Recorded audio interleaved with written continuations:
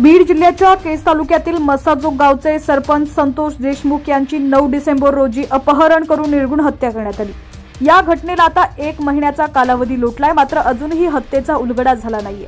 पोलिसांनी आता कारवाईला वेग दिला असून एकूण 8 जणांना अटक केली आहे। या सगळ्यांची सीआयडी आणि एसआयटी कडून कसून चौकशी केली जाते।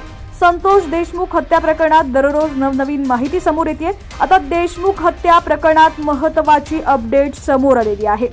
बातमी सविस्तर पाहूया त्याआधी तुम्ही HPN मराठी न्यूज चॅनल पहिल्यांदाच पाहत असाल आणि अजूनही चॅनलला सबस्क्राइब केलं नसेल तर नक्की सबस्क्राइब करा, जेणेकरून आमचे अपडेट्स लवकरात लवकर तुमच्यापर्यंत पोहोचतील। ज्यावेळी संतोष देशमुख यांचं अपहरण करून त्यांना मारहाण केली जात होती, त्यावेळी एका आरोपीनं घटनास्थळावरून एक व्हिडिओ कॉल केला होता। व्हिडिओ कॉलवर एकूण 6 लोक होते, जे देशमुख यांची हत्या लाईव्ह बघत होते, अशी माहिती तपासात समोर आली आहे। या हत्या प्रकरणातील आरोपी प्रतीक घुले यानं हा व्हिडिओ कॉल केला होता, पण आरोपी प्रतीक घुले यानं हा व्हिडिओ कॉल कुणा व्यक्तीला केला नव्हता, तर त्यानं हा व्हिडिओ कॉल व्हॉट्सअॅपवरील मोकारपंथी नावाच्या ग्रुपवरती केला होता। या ग्रुपमधील 6 जण या व्हिडिओ कॉलवर लाईव्ह होते।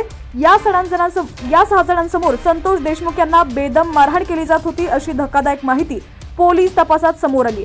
विशेष म्हणजे व्हिडिओ कॉलवर असणारे सर्व 6 जण 17 ते 19 या वयोगटातील होते। आता हे 6 जण कोण होते आणि संतोष देशमुख यांना मारहाण होताना या ग्रुपवर व्हिडिओ कॉल करण्याचं नेमकं कारण काय होतं, याची माहिती अद्याप समोर आलेली नाहीये। पोलीस याबाबतचा तपास करत आहेत।